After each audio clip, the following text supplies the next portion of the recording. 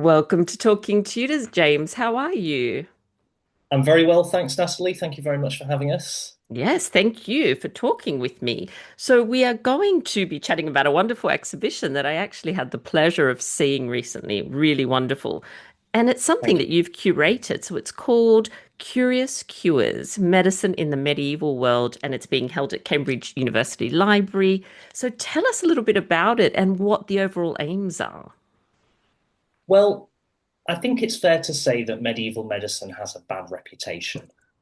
It conjures up images of people living a degraded existence in squalid villages and pestilence-ridden towns and cities, suffering from the ministrations of their misguided physicians or bizarre remedies by folk healers and charlatans.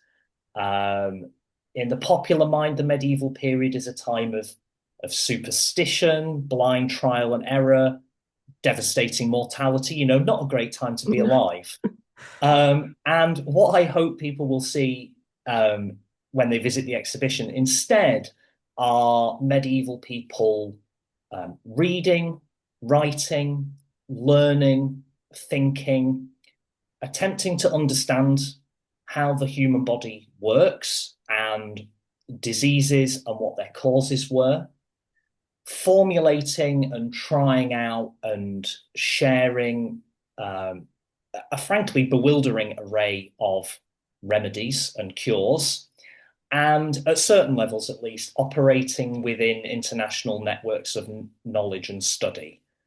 Medieval people were inheritors to an ancient and multicultural stock of medical knowledge, as I can explain in due course. Um, and this provided the framework for what they were doing. But this was a framework that could accommodate, that was flexible enough to accommodate experiential learning, novel treatments. And it was also one that the more academic end of the spectrum of medical practitioners would comment upon, annotate, gloss, rework, think about critically. So that's the kind of aim, is to Mhm. kind of bring a sort of fresh perspective to the medieval period, and particularly, the um, eye of newt, toe of frog kind of territory that is medieval medicine. The background to the exhibition was a project to digitize, catalogue, and conserve 190 medieval manuscripts, both at the University Library in Cambridge and various of the colleges in the university and the Fitzwilliam Museum, all of which contained medical recipes, which are a really valuable and important source for the study of the history of medicine, but are quite difficult for researchers to discover, find, analyze. There's thousands of them even within the corpus that we dealt with. And by photographing the manuscripts, describing their material characteristics, their other textual contents, any evidence of where they came from, when they were made, and who owned them.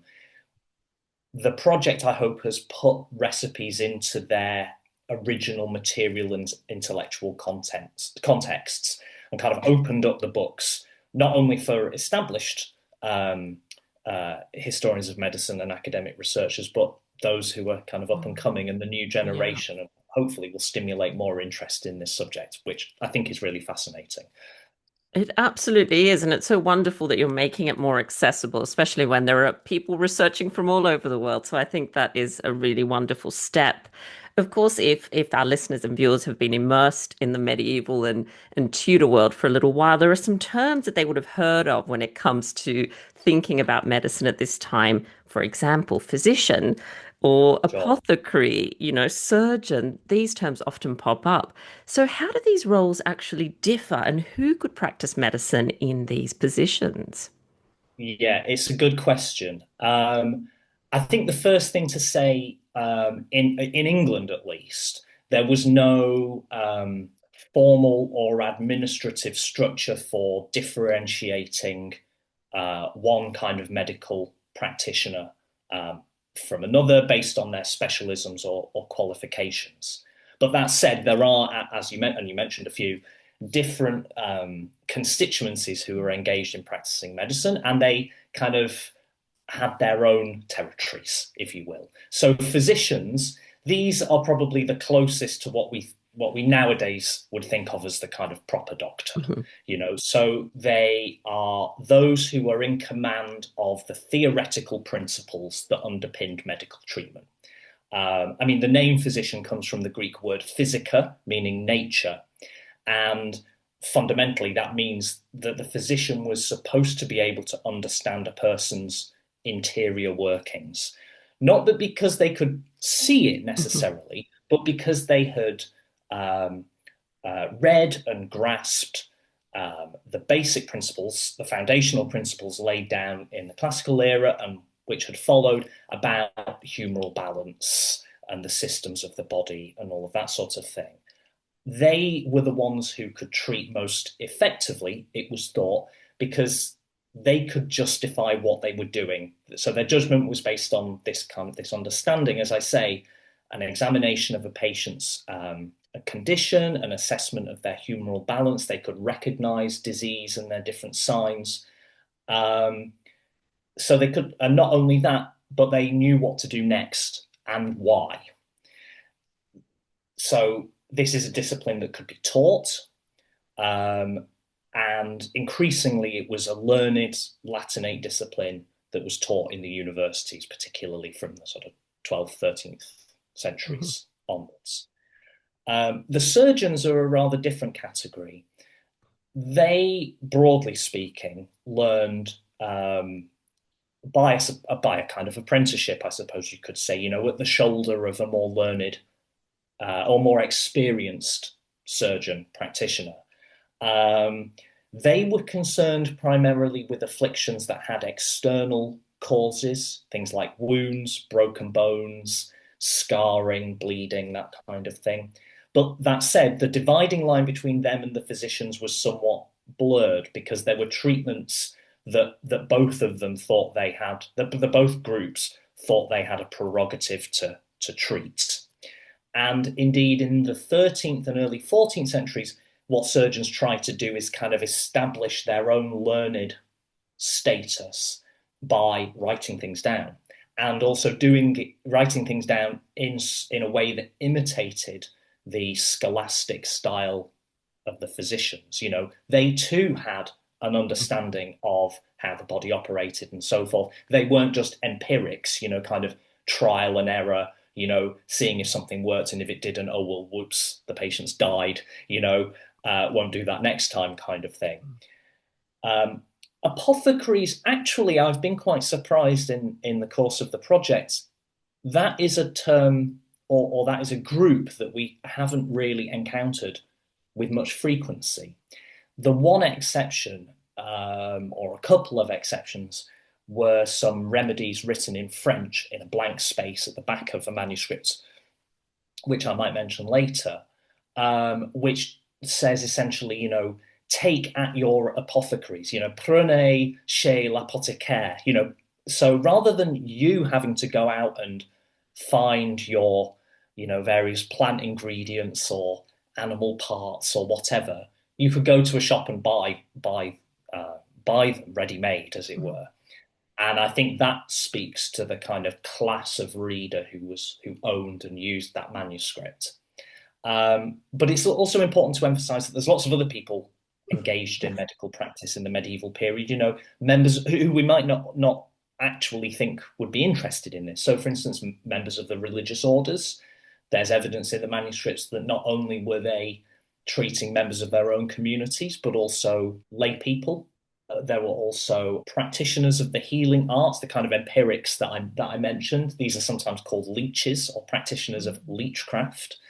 Um, there were barber surgeons, but there were also ordinary men and, yes, women too, in their own homes who were preparing medicines and attempting to heal friends, family members, and that sort of thing. But obviously, that is much less well documented than the academic medicine, which was rooted in, written texts, academic study, books, Mm. which obviously have survived. Yeah, fascinating. You do get some examples of exactly what we've just said, people sharing kind of recipes and remedies. Certainly within the nobility, there is a bit of that going on, especially with women. But I'm just thinking Henry VIII as well, who was so interested in medicine and took this huge cabinet with him wherever he went with all his little ingredients. So it's absolutely fascinating. Oh, really? I did not know that. That is Yeah. interesting. So it's a Oh, yes, he did. personal medicine cabinet. Yeah, that's Absolutely. So funny. he'd taken on progress. He was very much committed to kind of, especially once his health starts ailing when he's a little bit older and he's got quite a Of lot of course. issues with his legs and ulcers. He does dabble in kind of creating his own remedies, which I think is really interesting. Funnily enough, actually, you're dead right there because although the focus of the project was medieval, Yes. uh, accidentally a late 16th century manuscript slipped into the project because it had been misdated. Right. And one of the cataloguers on the project, Clark Dreeshen, noticed that this contained, I think it's a remedy. I can't remember what the remedy is for, but it is attributed to Henry VIII, Mm. and it's recorded in this manuscript. I wish I could remember what it was, but anyway, we can come back to that. Yes, yes, thank you. And so you obviously touched on the fact there that these people are drawing on ancient knowledge and wisdom, and that there's an increased attempt to write things down. So can you tell us a little bit more about this sort of medical knowledge base, where they're getting it from, and how it is shared at the time? So the foundations are laid in the classical era, primarily by Hippocrates.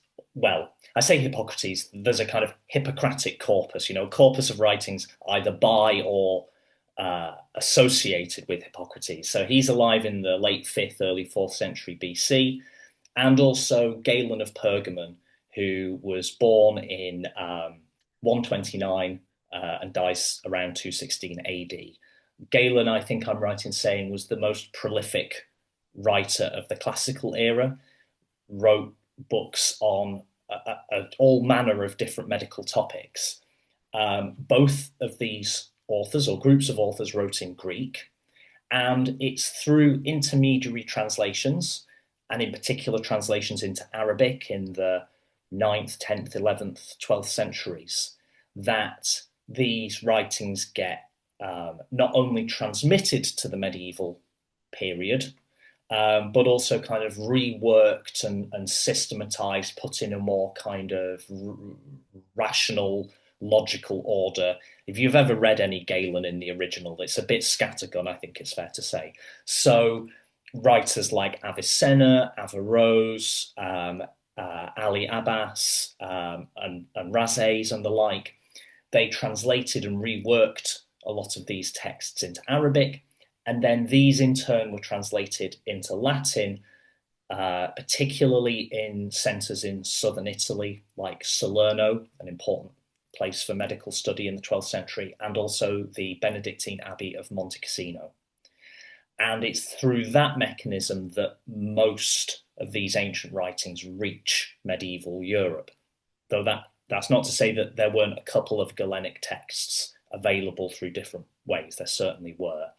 Um, so these provided, as I mentioned before, the kind of framework for academic medical study. But it's worth emphasizing that this is an entirely manuscript culture. So, unlike the Tudor period, by which time, of course, you've got printing, books are still being circulated in the 16th Yes. century Yeah. in handwritten form, of course. But here it is entirely handwritten.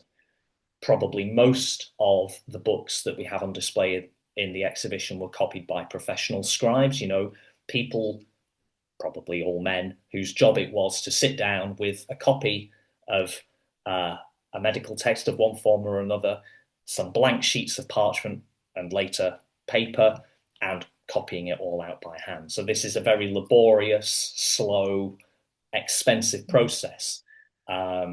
Books were valuable in the medieval period, and many people will have been lucky if they owned two or three.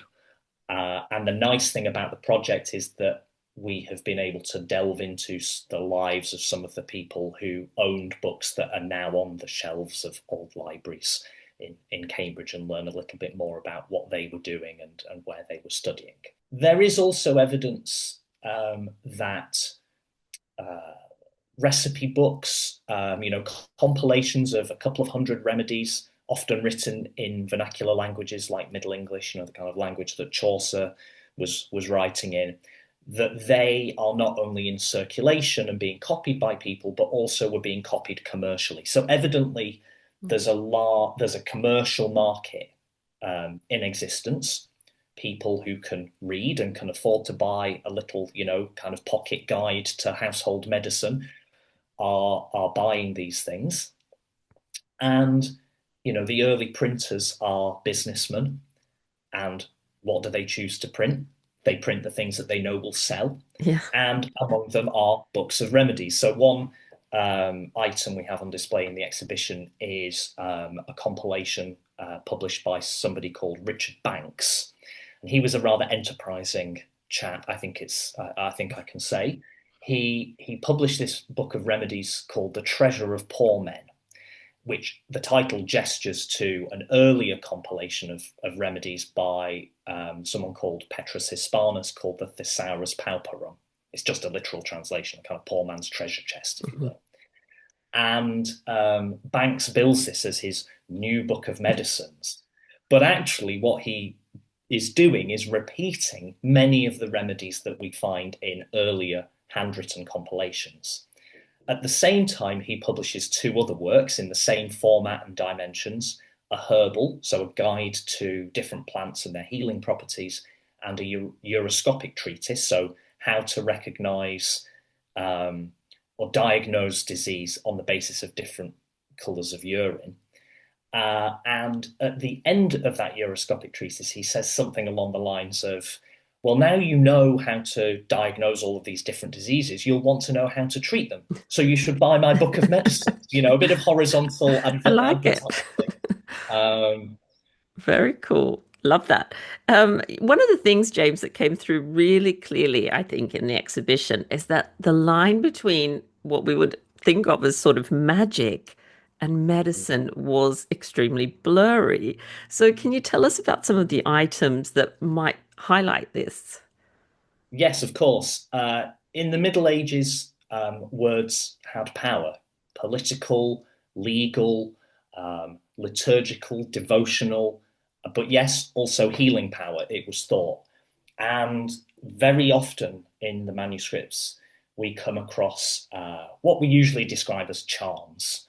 So these are short ritual performances that involved speaking, writing, even ingesting words in one form or another, moving the body in certain ways, making gestures or signs, particularly signs of the cross, invoking the intercession of God or Jesus or the saints to help somebody heal or protect them from illness. These are scattered all across these medical remedy compilations. There's no distinction that we have seen between their presentation and the presentation of what we would kind of think as more kind of medical. And indeed, they're found not only in vernacular compilations of remedies written in, Middle English or French or whatever, but they are also found dotted around or as marginal additions to more academic medical treatises. So it's not just a case that only folk healers and, ordinary people who didn't have formal medical training were interested in this stuff. Even what we would think of as the scientific academic medics were interested too. So, for instance, there's a manuscript on display that was compiled by somebody called Richard Tennant, and he is a Carmelite friar of the early to mid 15th century, so a mendicant. He made his living by preaching, acting as a confessor, and receiving alms, charitable donations from members of the public. And evidently, he had some kind of formal medical training, so he's got some basic instructional texts in this book that he wrote out himself, but he also compiled a whole load of remedies. And among these is a charm against toothache, which involves clipping all of your fingernails and all of your toenails. And after each clipping, you say a Paternoster and an Ave Maria. And after every fifth one, you say a Paternoster, an Ave Maria, and a Credo. So this will probably take you half an hour or It so. take a long time. You gather all of the clippings up in a clean linen cloth and bury it in the crevice of an elder tree. And this will supposedly protect you from toothache. Now, the interesting thing is that Tennant writes that he was told this or learned this from somebody called John Lymington, who was another Carmelite friar, so they must have known one another, Mhm. who himself had learned it from an old woman. Now, whether that is true, whether he was out one day, preaching to somebody or acting as a confessor in someone's home, and he's picked up this treatment from somewhere, that's possible, or he's put this in as a kind of, well, I've heard about this. You can try it; it won't do any harm. But if it doesn't work, don't blame me. I learned it from somebody who Yes. doesn't really know proper medicine. So, but it's the fact that it's recorded by somebody who you might think, well, they're a member of a religious order, so they would therefore have a dim view of magic and the supernatural, and somebody who was educated. Well, no, those boundaries Mm. begin to break down quite quickly. Yeah, that's really fascinating. And there's another treatise that's on display. One of my, actually, I loved seeing this. Perhaps my favorite object there is to do with Queen Elizabeth of York. So she Mm. was a previous owner. So could you talk to us a little bit about it and what it actually tells us about women as patients, but also as readers and as patrons of medicine as well? Of course. So this is a copy of a treatise called the Regime du Corps, and it was written in the mid 13th century by somebody called Aldobrandino of Siena, a learned physician, for his patron Beatrice of Savoy, a wealthy, aristocratic, noblewoman. Uh, it was written not in Latin but in French, the language of courtly Europe that Beatrice would have read and spoken and understood. Um, but unlike a lot of what we've discussed so far, the regime focuses less on illness and curing disease than on maintaining one's health. The things that actually nowadays we kind of probably bracket under wellness, you know, and but this has an intellectual justification insofar as it addresses the concept of the non-naturals. So this is the idea that there are external factors that can act upon and affect your health, and if you um, keep a proper track of these, you can stay healthy. So these are things like a proper diet, a balanced diet, exercise and rest, a good night's sleep, taking exercise, controlling one's emotions, all of those sorts of things. So the story goes that Beatrice commissioned this so that she could share it with her four daughters who had married or were about to marry into royal or princely courts all around Europe. Well, unfortunately, there's no evidence of that. Right. But what we do know is that the text was very rapidly disseminated. And indeed, there is a group of manuscripts that survive, all of which have a very similar iconographic program. So, and the manuscript at the University Library in Cambridge is one such example. This is where each chapter is begins with a decorated initial, within which is a little scene that relates to the text that follows, and it's very beautiful to look at as well as being informative. So the copy at the UL was made in the mid 15th century, and at some point thereafter came second hand or third hand or whatever into the possession of the Tudor royal family. We know this because there's this big coat of arms painted onto a leaf that was added into the Mhm. manuscript as a kind of, this book belongs to Yes. me sort of thing. And what it shows are the arms of uh, Henry the Yep. Seventh and the arms of the York family impaled with one another. Mhm. And it's previously been described as the joint arms of Henry the Seventh and Elizabeth of York. Well, I think, although heraldic practice isn't completely formalized and fixed at this stage, I think there's evidence to suggest quite strongly that these are not these supposedly joint arms, but Elizabeth's personal arms as Mhm. Queen of England.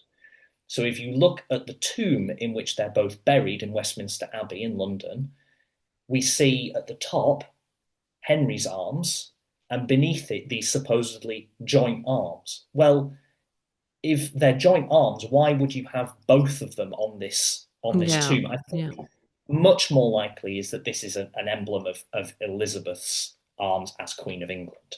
And indeed, the subject matter speaks in certain places, particularly to concerns about courtship and sex, fertility, pregnancy, care of childbirth and care of postpartum mothers mm, and newborns.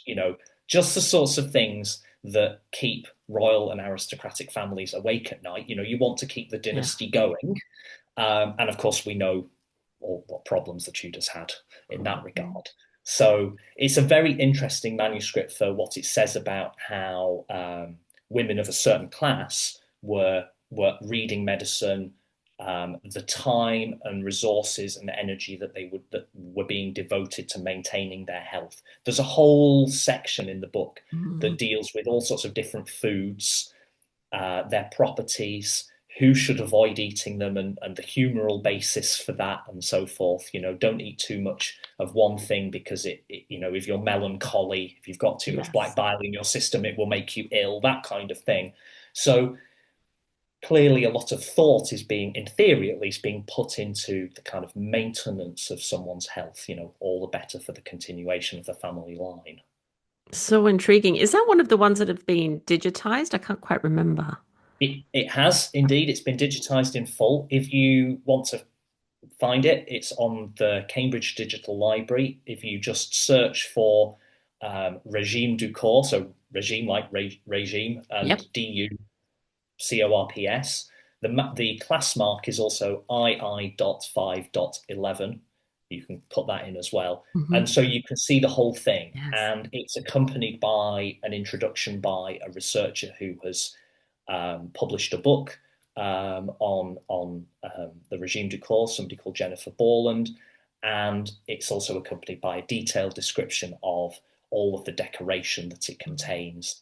It's written by one of the cataloguers on the team, Sarah Gilbert. So definitely worth a look if you're interested Oh, in seeing it. yes. That sounds absolutely wonderful. And I'll actually add a link to that to our show notes to make it nice and easy for everyone. And another Brilliant. fascinating manuscript featured is actually another one of these compilation of remedies compiled by John Argentine. So, who was he, and what are some of the diseases that people at the time actually suffered from? So yes, John Argentine is an interesting character. He was born in the village of Bottisham, which I don't expect anyone will have heard of, but it's a few miles to the east of Cambridge. He studied at King's, and like many physicians in Cambridge who were studying, he continued. He went abroad to a more renowned centre of medical learning, though we don't know precisely where, but probably somewhere in Italy, because books that he owned that survive sometimes contain his ownership inscription written not in Latin, not in English, but in an Italian kind of dialect. So he's clearly like learning the lingo. Um, he's alive in the 15th century, and he comes back to Cambridge, sets up a successful practice in the town, but also subsequently becomes doctor to, now let me get this right, Richard III, Henry VII, and Prince Arthur. Interesting thing about Argentine is that around the time that he's back in Cambridge, he's come back to England, he starts compiling a notebook. And it's organized in alphabetical order by disease. And under those headings, he records all sorts of different cures for that illness. Now, many of these he's actually getting from an earlier compilation of the 1420s or thereabouts called the Tabula Medicinae. a similar sort of compendium that was put together by members of the Franciscan order in England.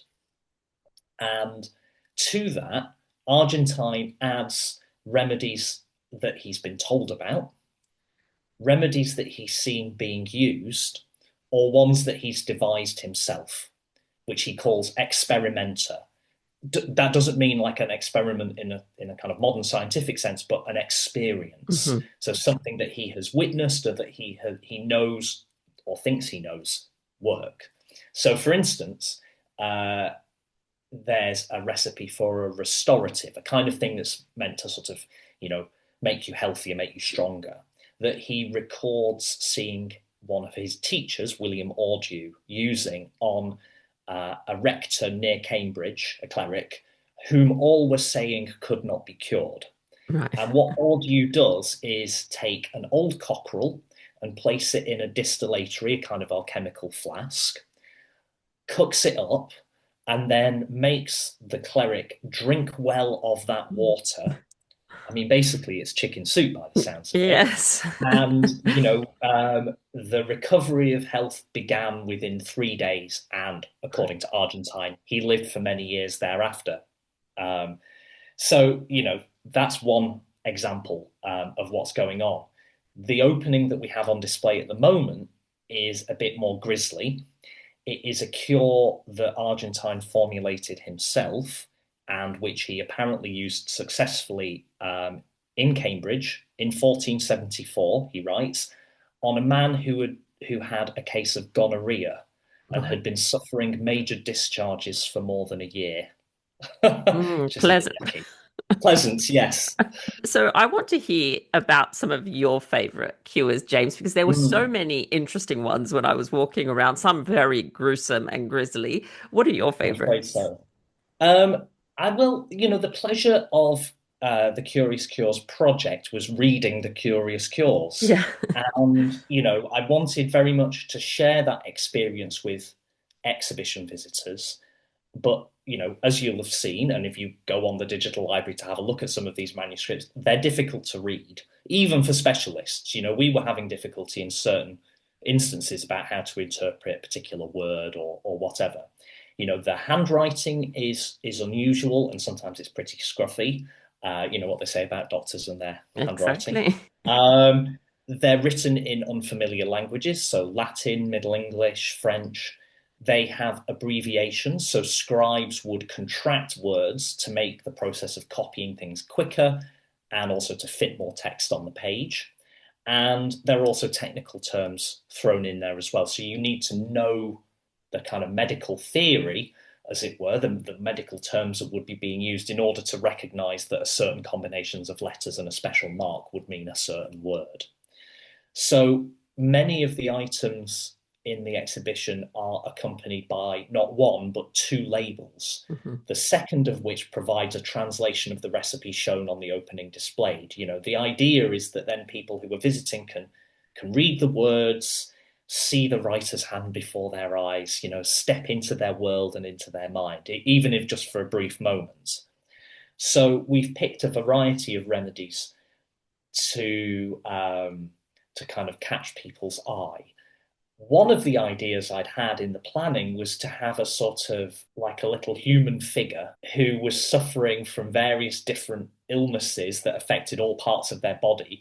And visitors, if they wanted to explore the exhibition in a different way, could take one of these things and see if they could find, all of the remedies that Yeah. treated, these illnesses. I was thinking that would appeal to children and young adults in particular. We just didn't have the time to kind of generate something like that. But nevertheless, I've compiled or picked a selection that are both, the kind of relatively harmless Hmm. at one end of the spectrum. So, for instance, recipe for getting rid of wrinkles Yes. recommends crushing wild cucumber in water and washing your face with this for 3 days.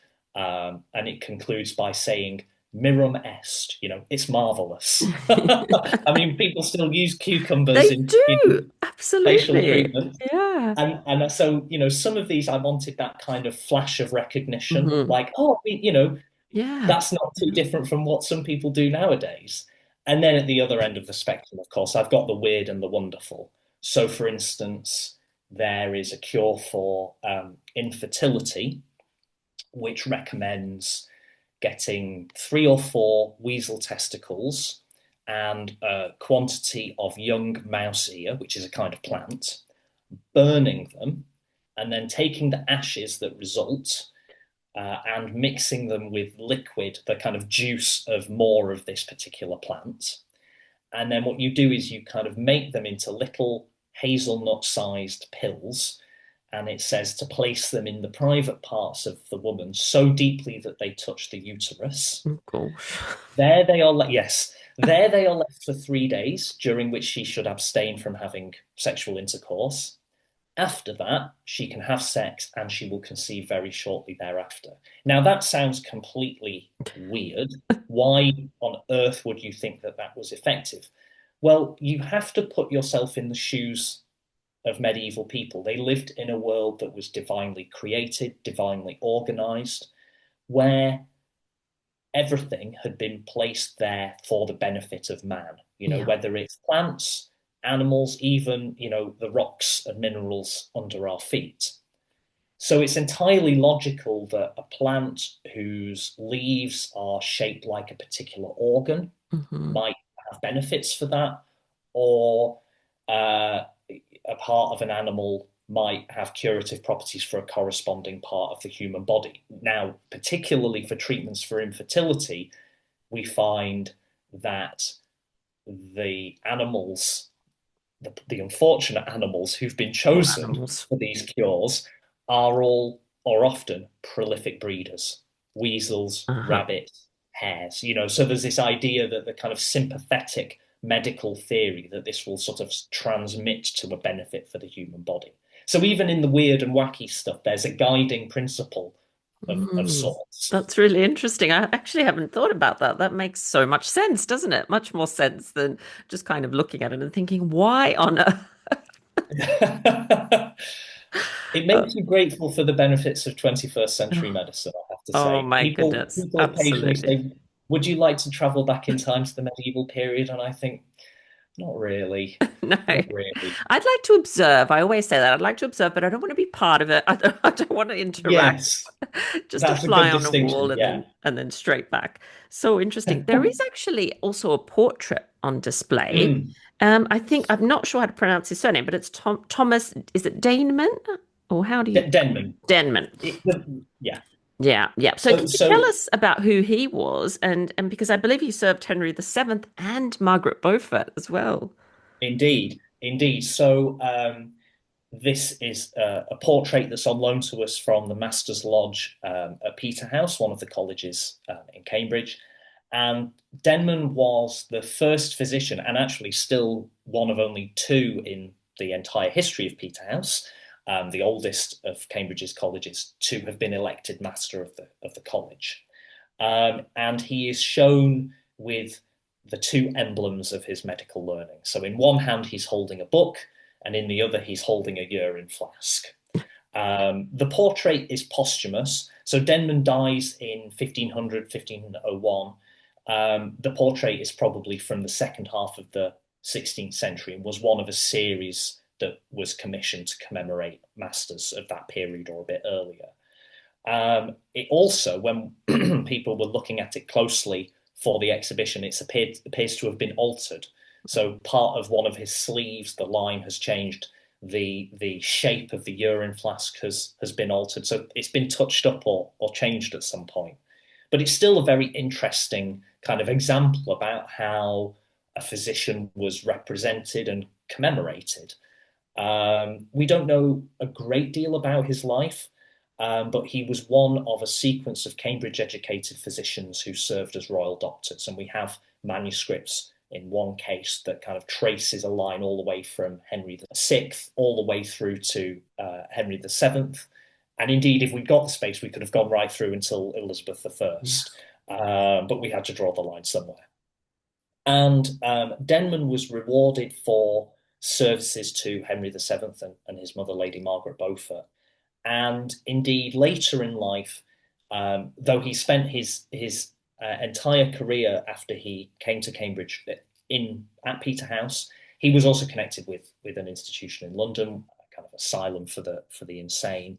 Um, but later in life, he was a parishioner in a village called Easton in Northamptonshire, which is not very far from Collie Weston, where Lady Margaret was living. So it was convenient for kind of serving her. Yeah. Um, he had become a fellow of Peterhouse in 1473, but we know that at that point he'd already graduated as a Bachelor of Medicine at some unknown continental university. Like Argentine, he goes abroad to somewhere more famous and more renowned Mhm. for medicine, and then comes back. Um, he when he died, he left 20 of his better books, as he put it, to Peterhouse. He didn't specify which these were, but numerous survivals contain his name. And interestingly, some of these had earlier been used or owned by another Peterhouse physician, or Peterhouse educated physician, I should say, Roger Marchall, who died in 1477. Unlike Denman, Marchall actually went off to London at the earliest opportunity and set up a successful medical practice, made investments in his family's trading activities, and died a very wealthy man. And indeed, he left books to all of the three colleges that supported the study of medicine at that time. So Peterhouse, King's College, and what was then Gonville Hall, Mhm. which is now Gonville and Keys. So this is a culture in which books are being shared, gifted, passed around, annotated. The manuscripts that we have on display that were owned by Cambridge physicians, all of these men knew one another or were linked Mhm. somehow, whether they were fellows of the same college, had taught one another, served the same monarch as physician, that kind of thing.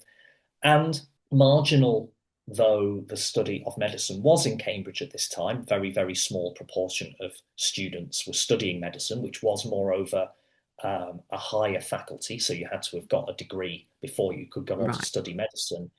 The movement of then from Cambridge to centres in Europe and back again, as well as the existence of an international book trade, enriched Cambridge's libraries because they were going abroad, Yes. copying or acquiring books or commissioning them, and then bringing them home with them. And then, in honor of their, alma mater, they would donate them to the Mhm. college for the benefit of generations who followed. Yeah, lucky for us because now we've got all these fabulous books to look at. And Absolutely. obviously you've spent a lot of time developing this exhibition, working on it. I assume engaging with people that attend. So have you come across any kind of misconceptions that are very prevalent or just from your, knowledge in general, any misconceptions about medicine in the medieval world? Of course. I mean, there's two pitfalls with curating an exhibition on medieval medicine. The first is that, it didn't work. It was all based on false principles, so it's not worth studying, kind Yeah. of what could they possibly teach us? And then on the other hand, there's the sort of just like us fallacy, an overemphasis upon similarities, or claiming misleadingly that, we could pillage all of these old texts for novel cures for 21st century illnesses. They were right all along kind of thing. You know, um, I don't think either of those is a good way of presenting the medieval period. And indeed, what I've tried to go for is a kind of ethnographic approach, if you will, to approach the period on its own terms, to save medieval people from, as E.P. Thompson would have put it, the enormous condescension of posterity, Mm. to put aside questions of efficacy, did this work, and focus instead on medicine as a culture rather than medicine as a science, and not measure the actions of the past by the standards of the present. Yeah. There is this assumption that medieval people were ignorant or idiotic, that the approach to healing was blind trial and Mhm. error, or that educated doctors followed ancient writers like Galen completely slavishly and uncritically. But on the contrary, the surviving manuscripts are witnesses to enormous, widespread, and sustained labour in the cause of understanding the human body and how it worked. Um, and these are just the tip of the iceberg. They occasionally will gesture to oral dissemination of medical knowledge, like that charm against toothache that these Yeah. Carmelite friars had learned from an old woman, supposedly. But of course, the verbal communication of medical recipes doesn't survive because No. it's not written down, it's not recorded. I wanted to emphasize that medieval people were capable of thinking in detail about complex topics, but they just did this from a different well, not to want to sound too academic, but intellectual paradigm. They had a system of rational medicine, so this was based on reasoning. Um, it emphasized the systematic ordering and organization of knowledge, the differentiation of diseases from one another based on how they manifested, and how the recognition of those signs would enable physicians to predict the course of a disease and determine an appropriate treatment. But also at the same time, I wanted to draw attention to the inventiveness and creativity of what we might call empirical treatments, these medical remedies that were thought to work, Yeah. even though they didn't necessarily understand why that was, were separated nowadays from the need to prepare our medicines by the existence of an entire, pharmaceutical industry. But nevertheless, but by contrast, medieval people had to go out there, find the ingredients somewhere, put them together, make them themselves. And I mentioned earlier, that there's implicit evidence that uh, not only physicians, surgeons, apothecaries, the religious orders were engaged in this, but ordinary men and women in their own household. And indeed, many of the simple medical remedies that we find in these compilations, they use perennial plants that grow wild in your gardens. Probably most gardeners would pull them up immediately because they're weeds. Um, and they require simple preparatory equipment for crushing, boiling, straining, seething, all of that sort of stuff. Just the sort of stuff you would need if you were making food. And indeed, the context in which these are being done is a domestic one. Mm-hmm. And the importance of women's role in that context, Yes. I think it's harder to argue that they had no involvement whatsoever with medicine than it is to suggest that actually it's highly likely they did. Now, whether that is mediated in some way, so in a gentry household, perhaps the man is literate and has a book of remedies and he tells his wife Mm-hmm. what to do, or she knows through contact with family members, friends, and so forth. That there's that whole dimension is there, just sort of under the Mm-hmm. surface. We also wanted to encourage people to think about medicine or the different ways in which they encounter medicine in the modern era. We tend to have this rather institutionalized vision of medicine. It's done by doctors, it happens in hospitals, and that's kind of the end of it. But of course, you go to your GP, you go to your pharmacist, you buy it over the counter in the supermarket, and if you're really desperate or you're bedridden, you ring your mum up and she says, Yes. now, dear, this is what you should do. Chicken soup. So exactly, chicken soup. So one of the exhibition team members, Hannah Haynes, she had this idea that we should have a board up in the exhibition that invited visitors to Yes. suggest their own curious cures.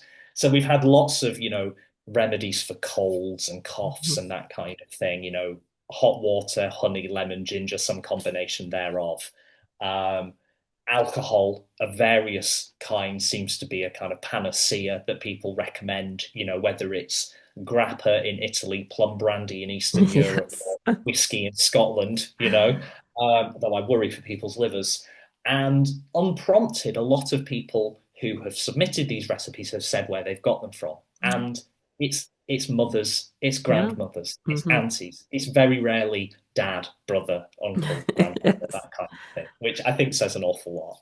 Yeah, that's so true. And that's such a fascinating aspect of the exhibition. And of course, I imagine that all our listeners and viewers now want to hopefully go and see it if they're in the area, or at least check out the digitized resources that you've mentioned. So when does the exhibition close?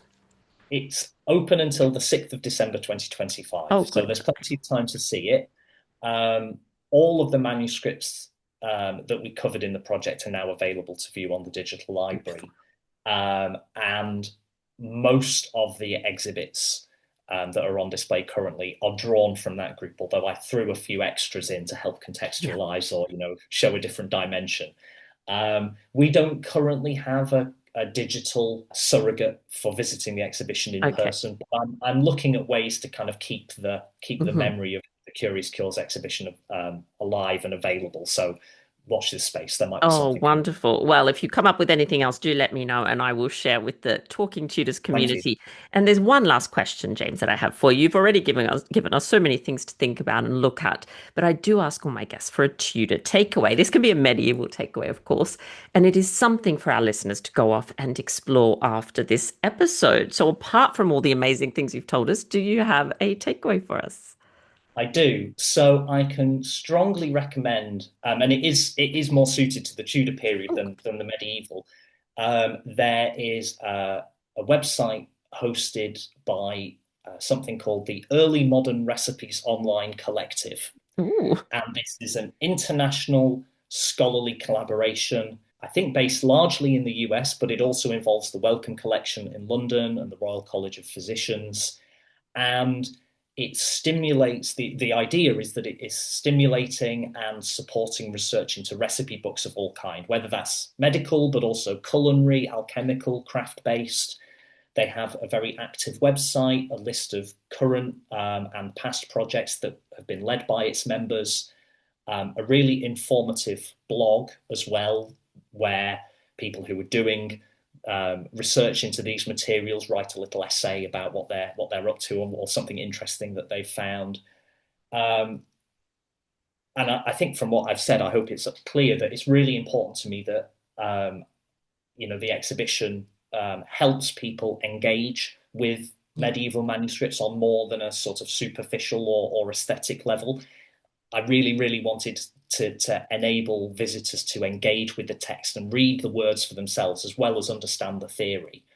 Um, and if you're interested in kind of developing your paleographical skills, MROC, this website, they often hold transcribathons. So oh, they will pick a manuscript that's been digitized, and they have a few sessions, and people get together virtually from around the world, and everybody has a go at transcribing the text of these recipes. So it's not only hugely beneficial for researchers because it makes the contents more searchable and accessible, but it's really good, training at the coalface of primary absolutely. research, practicing transcribing handwriting. And, you know, the medical recipe manuscripts from the early modern period are very, very common. They survive all over the place. Probably most special collections, libraries, and archives will Mhm. have one or two. They're everywhere. So it's if you're interested in this, I definitely encourage you to kind of engage with this online collective. Um, get in touch with your local archive or museum. They may have one that you could look at yourself. This stuff is our heritage and our history, and it's out there. Libraries and archives and museums exist to Yeah. keep this stuff safe, but also make it available to people. So I would encourage your listeners to get involved if they'd like to. Oh, what a wonderful group of takeaways. Lots of takeaways there. Thank you so much. I will, as I said earlier, add some links to some of the main things that you've talked about. And I'm excited to go and explore that collective. That sounds really cool. James, thank you so much for taking the time out of your very busy day, I'm sure, to chat to me on the podcast. It's been an absolute pleasure. Thanks very much, Natalie. I've really enjoyed it, and yeah, thank you for the invitation. And I hope people come and visit or take a look at the website. And it's been a pleasure.